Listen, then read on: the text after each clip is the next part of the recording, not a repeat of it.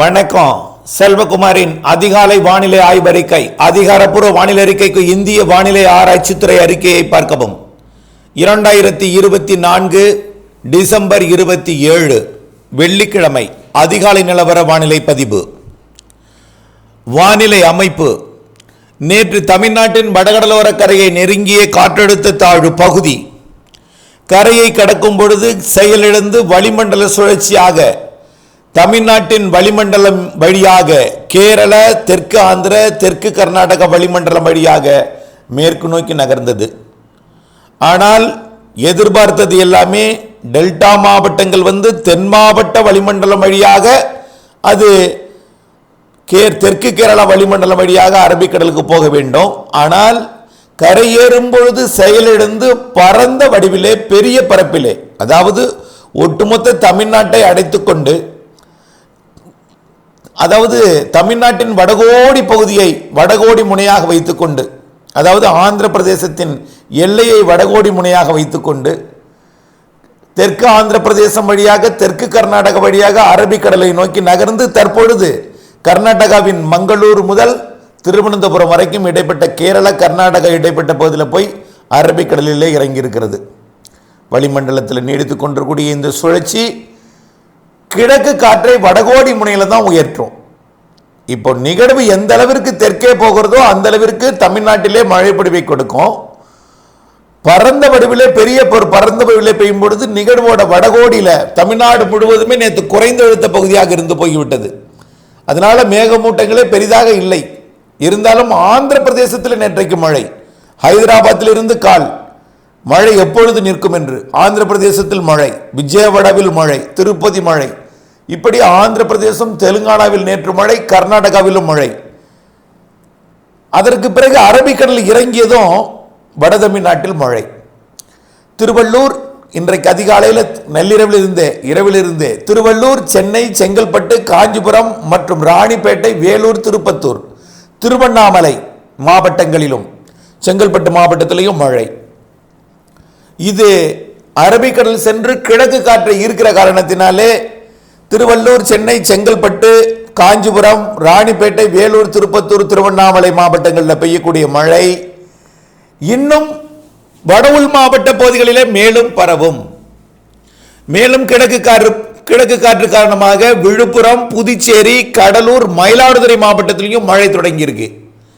ஆனால் மயிலாடுதுறை மாவட்டத்தில் மணல்மேடு சுற்று வட்டாரமும், கடலூர் மாவட்டத்தோட சிதம்பரத்திற்கு மேற்கே, அதாவது ஸ்ரீமுஷ்ணம், காட்டுமன்னார் கோவில், முட்டம் மற்றும் காவிரி கரையோர பகுதி, கும்பகோணம் அருகே இருக்கக்கூடிய அணைக்கரை வரைக்கும், அதாவது தஞ்சாவூர் மாவட்ட எல்லை பகுதி வரைக்கும், அரியலூர்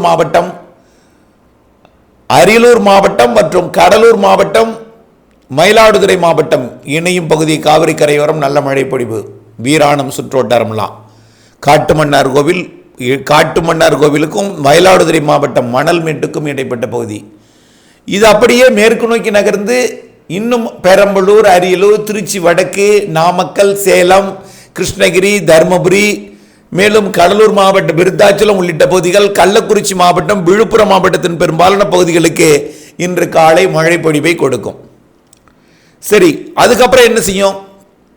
இப்போ வடக்கு கேரளா மற்றும் தெற்கு கர்நாடகாவின் கர்நாடக கரையோரம், அதாவது வடக்கு கேரளா தெற்கு கர்நாடக கரையோரத்தில் அதை வடகோடி முனை இருக்கிற காரணத்தினாலே இந்த நிகழ்விற்கு காற்று தமிழ்நாட்டின் வடகடலோரம் மயிலாடுதுறை மாவட்டம் முதல் திருவள்ளூர் மாவட்டம் வரைக்கும் இடைப்பட்ட கடலோரம் வழியாக உள்ளே நுழைந்து மயிலாடுதுறை மாவட்டம் மற்றும் அரியலூர், பெரம்பலூர், கடலூர், விழுப்புரம், கள்ளக்குறிச்சி, புதுச்சேரி, செங்கல்பட்டு, சென்னை, திருவள்ளூர், காஞ்சிபுரம், திருப்பத்தூர், வேலூர், ராணிப்பேட்டை, திருவண்ணாமலை மாவட்டங்களுக்கு மழைப்பொழிவை கொடுத்து கொண்டு ஆங்காங்கே நல்ல மழைப்பொழிவும் பொழிகிறது.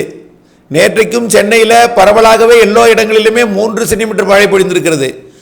பரவலாகவே 3, 3.5, 4, 4.5 வரைக்கும் மழை பொழிந்திருக்கிறது. இந்த மழைப்பொழிவு அப்படியே மேற்கு நோக்கி கிருஷ்ணகிரி, தருமபுரி, சேலம், நாமக்கல். சார் சொல்லிக்கிட்டே இருக்கீங்க சார், வரமாட்டேங்குது. அப்படி இல்லை, போகிற வழித்தடத்தை பொறுத்து தான் அது அமையும். உலகத்தில் 50-60 வானிலையாளர்கள் இருக்கிறார்கள். மிகவும் பெரிய ஜாம்பவான்கள். இதுல வல்லரசு நாடு 10 இருக்குது. இந்த 10 வல்லரசு நாட்டிலே கொடுக்கக்கூடிய 10மே 10 விதமாக இருக்கும். ஒன்று ஆந்திரா வழியா போகுமாங்க, ஒன்று தமிழ்நாடு வழியா போகுமாங்க, ஒன்று இலங்கை வழியா போகுமாங்க. ஆகவே இப்படி 10 விதமாக இருக்கும் பொழுது நம்மெல்லாம் சாதாரண ஒரு கத்துக்குட்டி என்று தான் சொல்ல வேண்டும். அதை முதல்ல புரிஞ்சுக்கணும். நம்மள்ட்ட எந்தவித வானிலை ஆய்வுக்கான சொந்தமாக எந்தவித உபகரணமும் இல்லாத பொழுது நாம் இந்த அளவு சொல்வதே பெருமையாகவும் ஒரு எடுத்துக்கொள்ள வேண்டும். இதே நேரத்தில் இந்திய வானிலை ஆய்வு நிறுவனம் நேற்றைக்கு நெருங்கியது, செயலிழந்து விட்டது என்று சொல்லிவிட்டார்கள். ஆனால் அதற்கு பிறகு எப்படிப்பட்ட மழைப்பொழிவுனா ஆங்காங்கே மிதமான மழைப்பொழிவை கொடுக்கும், லேசான மழைப்பொழிவை கொடுக்கும் என்று சொல்லியிருக்கிறார்கள். எந்த மாவட்டம் என்றும் உங்களுக்கு கூட இல்லாத கொஞ்சம் புரிதல் இல்லாமல் கூட இருக்கலாம். அதற்கு விளக்கும் விதமாகத்தான் நம்முடைய அறிக்கையை நம்ம சமர்ப்பிக்கிறோம் என்பதை நீங்கள் புரிந்து கொள்ள வேண்டும். அதை விளக்கும் விதமாக. ஆகவே கண்டிப்பாக இன்றைய மழை பொழிவு வட உள் மாவட்டங்கள் வடகடலோரத்தில் இருக்கும். இனிமேல் வட உள் மாவட்டங்களில் படிப்படியாக மழை தொடங்கும். அதாவது திருவண்ணாமலை மாவட்டத்தில் தற்பொழுது கூட திருவண்ணாமலை தலைநகர் பகுதிகளுக்கு கூட மழை பொழிவு பொழிந்து வருகிறது.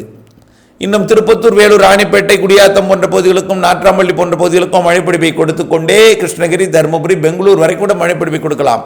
ஏன்னா நிகழ்வு வடகோடி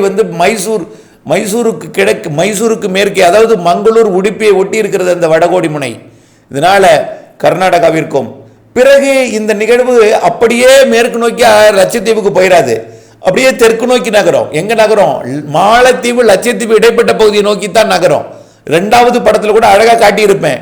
அடுத்தது 30, 31ஆம் தேதி நிகழ்வு வரக்கூடிய அமைப்பு இருக்கிற பொழுது அது எங்கே இருக்குன்னா மாலத்தீவு, லட்சத்தீவு இடைப்பட்ட பகுதியில் இருக்கும் இந்த காற்று சுழற்சி. இதனால நிகழ்வு கண்டிப்பாக டெல்டா மாவட்டங்களுக்கும் மழை பொழிவு மதியத்துக்குள் தொடக்கும். ஆனால் பரவலாக இல்லாவிட்டாலும் மதியத்திற்குள் மழை பொழிவு டெல்டாவில் இருக்கும். அதே நேரத்தில் புதுக்கோட்டை, ராமநாதபுரம் இருக்க வாய்ப்பு இருக்கிறது. புதுக்கோட்டை, ராமநாதபுரம் மற்றும் சிவகங்கை மாவட்டத்திற்கும், திருச்சி மாவட்டத்திற்கும், திண்டுக்கல் மற்றும் திருப்பூர், கோயம்புத்தூர் மற்றும் ஈரோடு, நீலகிரி மாவட்டத்திற்கும், கரூர் மாவட்டத்திற்கும் மழை பொழிவு மதிய மாலையில் இருக்கும். இன்றைக்கு மாலை இரவிலே திருநெல்வேலி, தூத்துக்குடி, கன்னியாகுமரி, விருதுநகர், தேனி மற்றும் தென்காசி போன்ற மாவட்டங்களுக்கும் மழை இருக்கும். விருதுநகர்லாம் நாளை அதிகாலை, இன்றைக்கு நள்ளிரவிலே தூத்துக்குடி கடலோரம், திருநெல்வேலி மாவட்ட ராதாபுரம் கடலோரம் மற்றும் கன்னியாகுமரியில் நாளை அதிகாலை வரை மழை கொடுத்து விலகும். புரியுதுங்களா? ஆக இப்பொழுது பெய்வது இப்போ மதியத்துக்கு முன் வட உள் மாவட்டங்கள், வடகடலோரம், மதிய மாலை டெல்டா மற்றும் மேற்கு தொடர்ச்சி மலை மாவட்டங்கள், மேற்கு மாவட்டங்கள், கணவாய் பகுதிகள், மாலை இரவிலே தென் மாவட்டங்கள், மேற்கு தொடர்ச்சி மலை மாவட்டங்கள், நள்ளிரவு நாளை அதிகாலையில் தென்கோடி மாவட்டம் மற்றும் தென் மாவட்ட கடலோர பகுதிகளில் நாளை அதிகாலை மழை கொடுத்து இந்த நிகழ்வின் மழை பொழிவு விலகும். புரியுதுங்களா? இந்த நிகழ்வின் மழை பொழிவு விலகும். இதுவரை ஆட்டம் போட்ட நிகழ்வு விலகி விட்டாலே நமக்கு ஃப்ரீ ஆயிடுங்க. இவ்வளவு நாள் 17ஆம் தேதியிலிருந்து 27ஆம் தேதி வரைக்கும் 10 நாள் ஆட்டம் போட்டிருக்கிறது கடலிலே. 17ஆம் தேதி கரை கடந்திருந்தால் நிறைய மழை பொழிவை கொடுத்திருக்கோம். 27ஆம் தேதி 10 நாள் ஆட்டம் போட்டிருக்குது. பருவமழையின் 60 நாள், பருவமழை காலத்தின் 60 நாள் காலத்தை இந்த நிகழ்வு, ஒற்றை நிகழ்வு மட்டுமே கடலிலே ஆட்டம் போடுவதற்கும் கரையேறுவதற்கும் 10 நாட்கள் எடுத்துக்கொண்டு நாளை 11ஆவது நாள் அது விலகப் போகிறது. விலகட்டும். அடுத்து வரப்போகிற நிகழ்வு 30ஆம் தேதி மழை பொழிவை தொடக்கும். இப்பொழுது அந்த நிகழ்வு எங்கே இருக்கிறது என்றால் சுமத்ரா தீவரிகை தான் இருக்கிறது. இதற்கு வரவேண்டிய காற்றை கூட அது கட்டுப்படுத்தி வைத்திருக்கிறது என்று சொல்லிக் கொண்டிருக்கிறோம். நீராவி காற்றை, ஒற்றை குளிர்காற்றை கொண்டுதான் இயங்கிக் கொண்டிருக்கிறது. அந்த ஒற்றை குளிர்காற்று கூட தமிழ்நாட்டில் ஏறவில்லை. அந்த குளிர் இல்லாத காரணம் இப்பெல்லாம் பாருங்க, குளிர் இல்லாமல் உங்களுக்கு புழுக்கமாக தான் இருக்கும். எல்லா தென் மாவட்டங்களுக்கு எங்க இருந்தாலும் குளிர் இல்லை. குளிர் எங்க இருக்கு? வடகடலோர மாவட்டங்கள்லையும், ஆந்திர எல்லையிலையும், ஆந்திராவிலையும், தெற்காந்திராவிலையும் இருக்கு. அந்த குளிர் கட்டுப்படுத்தி வைத்திருக்க அந்த நிகழ்வு. ஆகவே இந்த குளிர்காற்று தான் மழையா மாறுகிறது. அந்த குளிர்காற்று கிடைத்தாவது வெயில் அடக்கிற இடத்துல, வெயில் இருக்கக்கூடிய இடத்துல மழை பொழிவு கிடைக்கும்னா, குறைந்த அழுத்த பகுதியாக, காற்று நுழையாத பகுதியாக தமிழ்நாடு நேற்று மாறி இருந்தது. கொஞ்சம் கொஞ்சமாக அது தென்மேற்கு நோக்கி நகரும் பொழுது காற்று நுழையும் பகுதியாக, கிழக்கு காற்று வரும் பகுதியாக அமையும் மழை பொழிவு கொடுக்கும். இன்றைக்கு ஒரு நாள், நாளை அதிகாலை வரை சற்றே பொறுத்திருங்கள். அடுத்தபடியாக அடுத்த நிகழ்வு சுமத்ரா தீவு பகுதியில் நீடித்துக் கொண்டிருப்பது எவ்வளவு தூரத்தில் இருக்குன்னா, தமிழ்நாட்டின் கரையிலிருந்து, குமரி முனையிலிருந்து 1900 கிலோமீட்டர் தொலைவில் இருக்கு. இங்க இல்ல 1900, ஆனா 1900 கிலோமீட்டரை நாளே நல்ல உடையந்துரும். அப்போ ஒரு நாளைக்கு எவ்வளோ கிலோமீட்டர் வேகம் நகருது? ஒரு நாளைக்கு 500 கிலோமீட்டர் நகருது. நாளே நாளில் 2000 கிலோமீட்டர் ஒட்டியாந்துடும். எங்கே வரும்? 30ஆம் தேதியே. என்ன சார் 4 நாள் 2 நாள் தானே, 2 நாளில் மழை பொழிவை கொடுக்கும் இடத்திற்கு வந்துடும். 4வது நாள் குமரி கடலுக்கு வந்துடும் என்பதை தான் இந்த ஆய்விற்கு. நேரடியாக தமிழ்நாட்டுக்கு வரப்போறதில்ல. நல்லா புரிஞ்சுக்கிங்க. இந்த நிகழ்வு இலங்கைக்கு தெற்கு புறமாக இலங்கையை ஒட்டி வரப்போகிறது. இது என்ன செய்யும்னா கிழக்கு வடகிழக்கு காற்றை தமிழ்நாட்டிலே ஏற்றும், தமிழ்நாட்டில் காற்றை குவிக்கும், திருவள்ளூர் மாவட்டம் வரைக்கும் குவிக்கும். ஆனால் திருவள்ளூரை விட சென்னைக்கு சற்று கூடுதல். நல்லா பாருங்க, 30ஆம் தேதி மழை தொடக்கம். அது மதியம் மாலை ஆயிடும். 30ஆம் தேதி 30ஆம் தேதி பொழுது விடிந்ததும் தொடக்காது. 30ஆம் தேதி மதியமோ மாலையோ இரவுக்குள் தொடங்கும். மழை பொழிவு எல்லாமே 31ஆம் தேதியும் 1ஆம் தேதி ஜனவரி 1 புத்தாண்டு அதிகாலை மழை. புத்தாண்டு பிறக்கும் பொழுது இந்த ஆண்டு மழையுடன் பிறக்கிறது புத்தாண்டு என்பதை நினைவில் கொள்ள வேண்டும். ஆகவே அந்த நிகழ்வானது இலங்கைக்கு தென்கிழக்கே இலங்கைக்கு தெற்கே வரும். அது குறைந்தபட்ச தூரம் கன்னியாகுமரிக்கு எவ்வளவு தூரத்தில் வரும்னா 300 கிலோமீட்டர் தூரத்தில் வரும். அதுதான், அதுக்கு நெருக்கமாக வராது. அதிகபட்சமாக தமிழ்நாட்டின் கரைக்கு நெருக்கமாக இருக்கக்கூடிய இடம்னா குமரி முனை. குமரி முனைக்கு தென்கிழக்கே 300 250 கிலோமீட்டர் தொலைவு வரைக்கும் வரும். அதுக்கு நெருக்கமாக நெருங்கி வராது தமிழ்நாட்டிற்கு. இலங்கைக்கு நெருக்கமாக இருக்கும் ஒரு 150 கிலோமீட்டர் 100 கிலோமீட்டர் இல்லை, அவ்வளோதான். அதுக்கும் நெருக்கமாக வராது அந்த மையப்புள்ளி. இருந்தாலும் கிழக்கு காற்றை தமிழ்நாட்டிலே குவிக்கும். இதன் காரணமாக டெல்டா மாவட்டம் முதல்ல இலங்கைக்கு நிறைய மழை பொழிவை கொடுக்கும். அடுத்தது டெல்டா கடலோரம் மற்றும் தென் கடலோரம் அடுத்த இடத்தை பிடிப்பது. அடுத்த இடத்தை பிடிப்பது டெல்டாவின் உள்பகுதி, தென் மாவட்ட உள்பகுதி. அடுத்த இடத்தை பிடிப்பது மேற்கு தொடர்ச்சி மலை மாவட்டங்களின் தென் மாவட்ட பகுதி. அடுத்தது மத்திய மாவட்டங்கள் மற்றும் மேற்கு தொடர்ச்சி மலை மாவட்டங்கள்.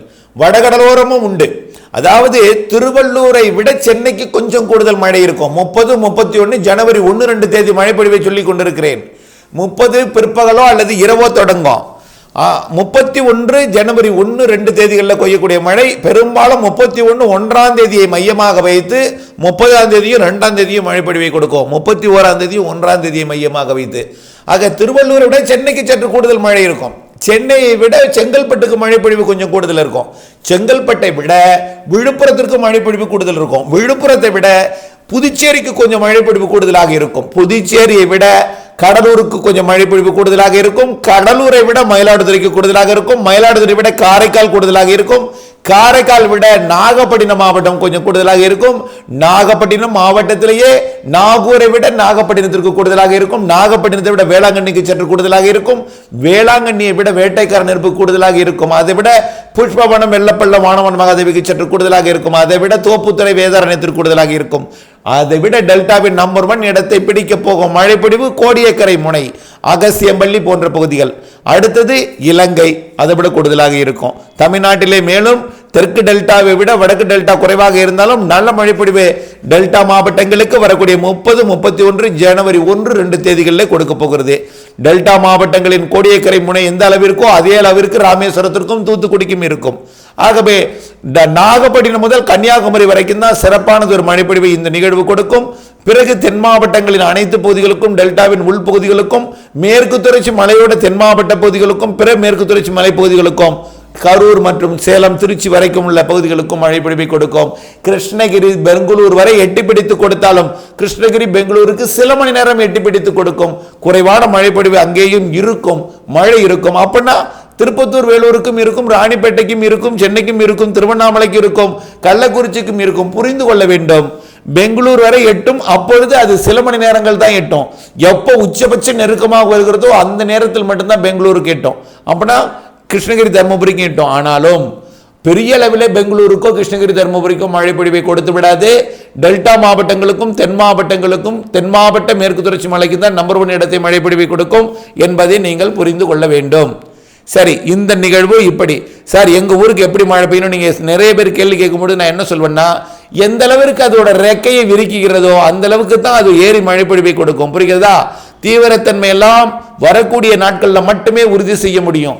எந்த அளவிற்கு அதோட சிறகை விரிக்கிறதோ அந்த சிறகு எந்த அளவுக்கு எட்டி பிடிக்கும் என்பதை அப்பொழுதுதான் சொல்ல முடியும். எங்கேயோ இருக்கிறதை இப்போ போய் நம்ம துல்லியமாக எங்கள் ஊருக்கு எத்தனை சென்டிமீட்டர் மழை பெய்யுன்னு கேட்குறீங்க. அந்த மாதிரி எல்லாம் சென்டிமீட்டரில் எவ்வளவுன்னு சொல்ல முடியாது. நிறைய மழை பொழியும் டெல்டா தென் மாவட்டங்களுக்கு என்று தான் சொல்லலாம் இப்போதைக்கு, அதை விட இலங்கைக்கு என்று தான் சொல்லலாம். அதுக்கு அடுத்த நிகழ்வு இருக்குதுங்க. 8ஆம் தேதி தொடங்க போகுது, ஜனவரி 8. ஜனவரி 8லிருந்து 4 நாள். ஜனவரி 8னா 12, 11ஆம் தேதி, 8, 9, 10, 11 4 நாள். 11ஆம் தேதி 9னா 12ஆம் தேதி வரை மழை இருக்கும். பொங்கலுக்கு முன் ஒரு 4 நாள் மழை இருக்கு. அதுவும் இதே மாதிரி வழித்தடத்தில் இலங்கைக்கு தெற்கே வரும் என்பதை புரிந்து கொள்ள வேண்டும். வானிலை அப்டேட்ஸுடன் இணைந்திருங்கள். வானிலை மாறுதல் அறிந்து திட்டமிட்ட பணி செய்து லாபம் அடைந்திருங்கள் என்று அன்போடு கேட்டுக்கொள்கிறேன். நன்றி.